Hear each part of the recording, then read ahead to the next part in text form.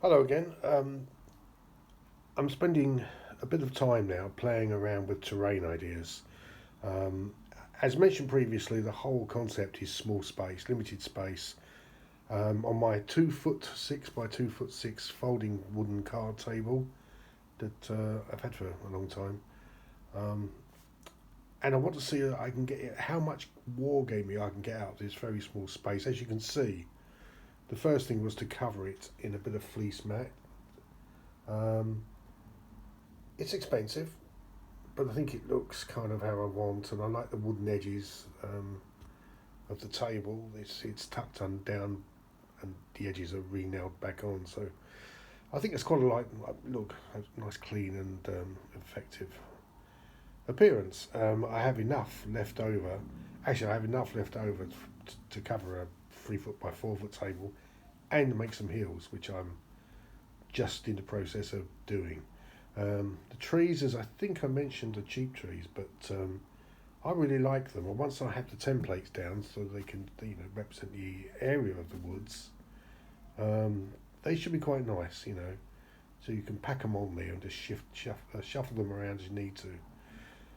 The roads I'm making out of very cheap and cheap. If you want a way of making cheap and effective roads, then I recommend magnetic paper, which you buy for your inkjet printer. And the reason for that is that you can cut out lengths, and you can texture it, you can paint it, you can do what you like with it really, and it doesn't warp. It lays flat because of the magnetic covering.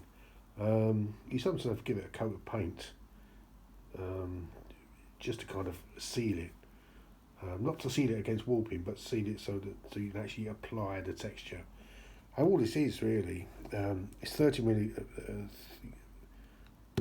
millimeters wide. I might go down to 20 for this. It still looks a bit wide to me. Textured with straight Vallejo earth texture out the pot. Edged with a bit of whatever you want to use, grass, and I've used a bit of stone, and then a bit more texture of a little bit of a lighter colouring. So I'm going to make lots of that, and you can make twisty turk, you can make corners, junctions, and I'm also going to use it for river sections, for which I'll build up the edges. But more of that as we go along. The whole idea here is that I can play small war games, American War of Independence, to Neil Thomas's 1 hour war games. The book is fantastic. I've had it for a long time. Lots of people use it. Sorry about the strong sunlight coming through the front window here. It's my lovely spot, but you can see that it's packed full of scenarios, designed to be played on a 3 foot by 3 foot table. I'm a little bit smaller, but I think there are so many scenarios in there that can be played. Yeah, the rules are a bit simple.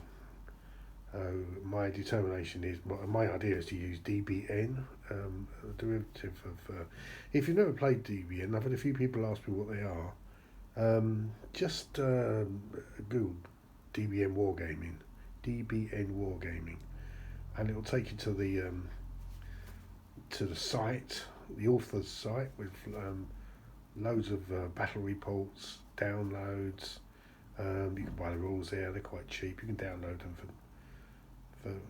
next to nothing really. So I'm working on a American War of Independence variant. As I've said previously, I don't want to keep repeating myself, but I've just put a few figures down on the table here, just to see how things are going to look. So as I say, once the wood bases will be also made from the magnetic strip, just textured, and there's a couple of non-linear fortifications. You can see how they look on the table. Wonderful battle scale buildings. Once I get a bit of picket fencing around there, I think that will greatly improve it. And another thing about the 1 hour war games scenarios, designed to be played with 6 units per side.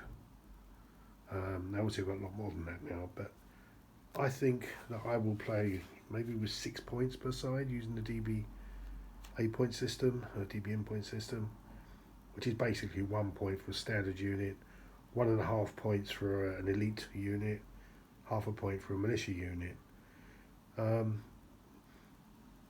So yeah, So the idea is we try a few of these scenarios with 6-point armies to DBN AWI rules. So the whole thing. Another thing I should mention is the fact that I do suffer from quite bad lower back pain now. So it's difficult to stand over a big table for ages. It really does do my back in. So what I'm finding here is that I can sit beside my painting table, have this set up, and just enjoy a little bit of solo gaming. I'd say a lot of it for me is the painting of the figures, making terrain, making stuff, modelling, and the gaming is secondary. I know that's rather unusual, but that's it for me really. So I'm going to see how much fun I can have on this small table with these lovely 15mm Peter Pig figures and mostly homemade terrain. The sun's just come out again, and but yeah, when I've got enough of this made and some river section and a couple of hills, then we'll give it a run through and see where we go. But there we are for now. 6 minutes of me babbling on again.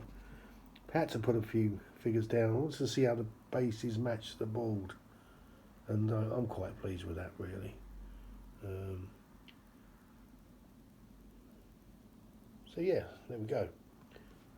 Let's just get a shot of the American light infantry there, and the riflemen emerging from the woods, and there's some Indians, Native Americans,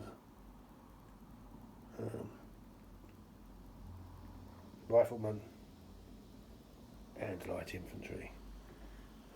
Okay, that's it for now.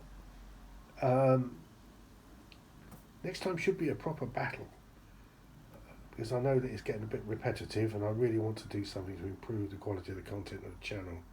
So next time, I think when I'm done and I've got the terrain finished, I'll try a scenario and see where we go. But if you have watched this far, thank you very much for watching. Please subscribe, it all helps. And I'll see you again soon. Cheers. Bye.